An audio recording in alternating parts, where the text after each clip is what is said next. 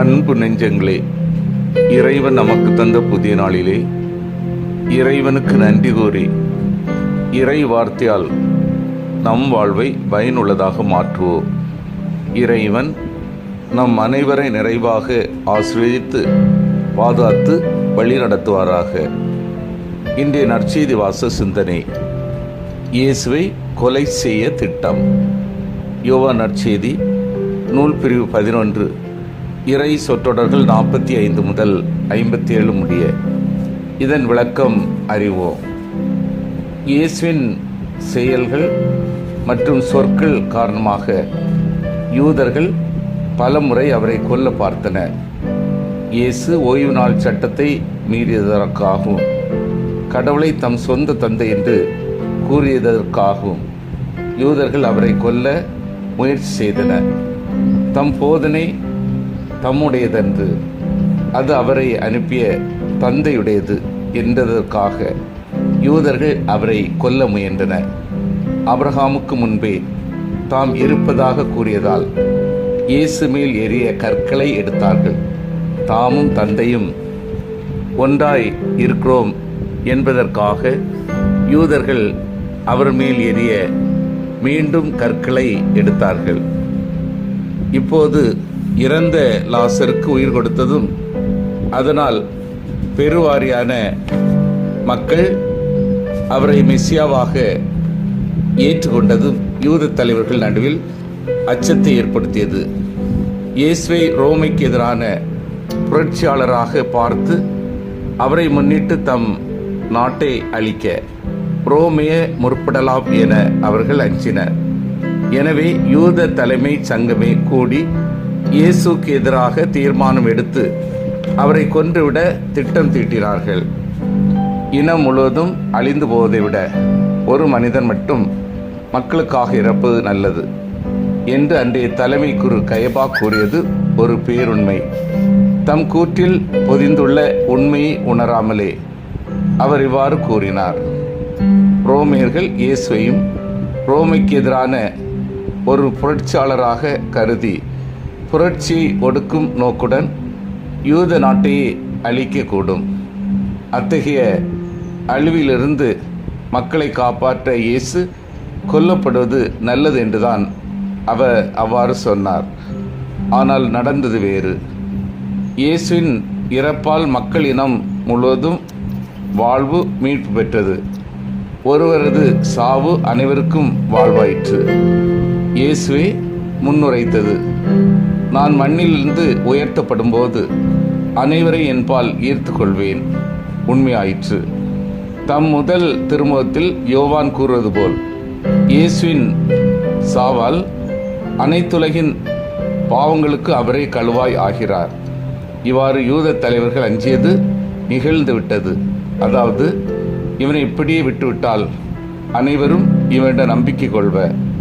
இவ்வாறு தலைமை குரு இறைவாக்காக உரைத்தது போல் ஒரு மனிதரின் சாவு இனம் முழுவதற்கும் வாழ்வாயிற்று. இதுவே இறைவனின் திட்டமாக இருந்தது. அதை நிறைவேற்ற தம்மை அறியாமலே தலைமை குருவும் ஒத்துழைக்கிறார். இயேசு இருக்குமிடம் யாருக்காவது தெரிந்தால் தங்களிடம் தெரிவிக்க வேண்டும் என்று யூத தலைவர்கள் கட்டளையிட்டிருந்ததால் இப்பாஸ்கா விழாவுக்கு இயேசு வருவாரா வரமாட்டாரா என்னும் விவாதம் மக்களிடையே நிகழ்கிறது.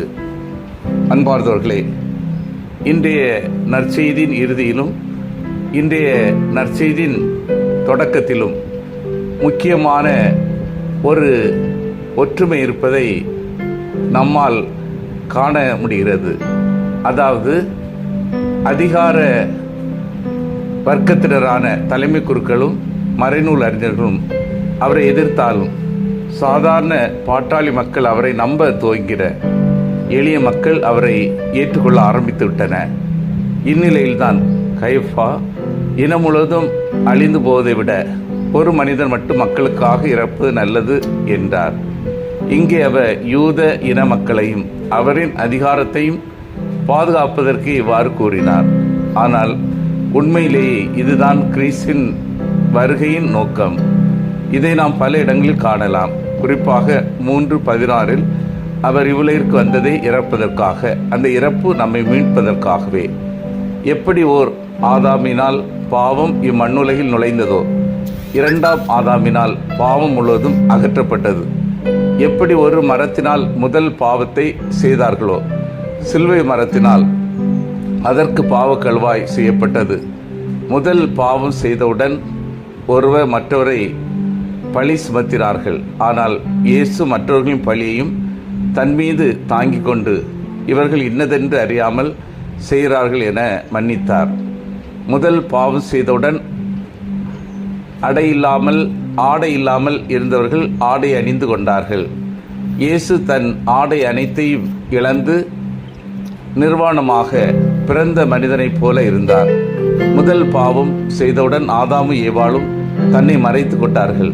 ஆனால் பாவக்கழுவாய் கல்வாரி மலையில் செலுத்தப்படும் போது இரண்டாம் ஆதாமும் இயேசு, இரண்டாம் ஏவாளும் அன்னை மரியாள் அனைவரும் ஓடி ஒளிந்த நிலையில் கடவுளுக்கும் மனிதருக்கும் முன்பாக நின்றனர்.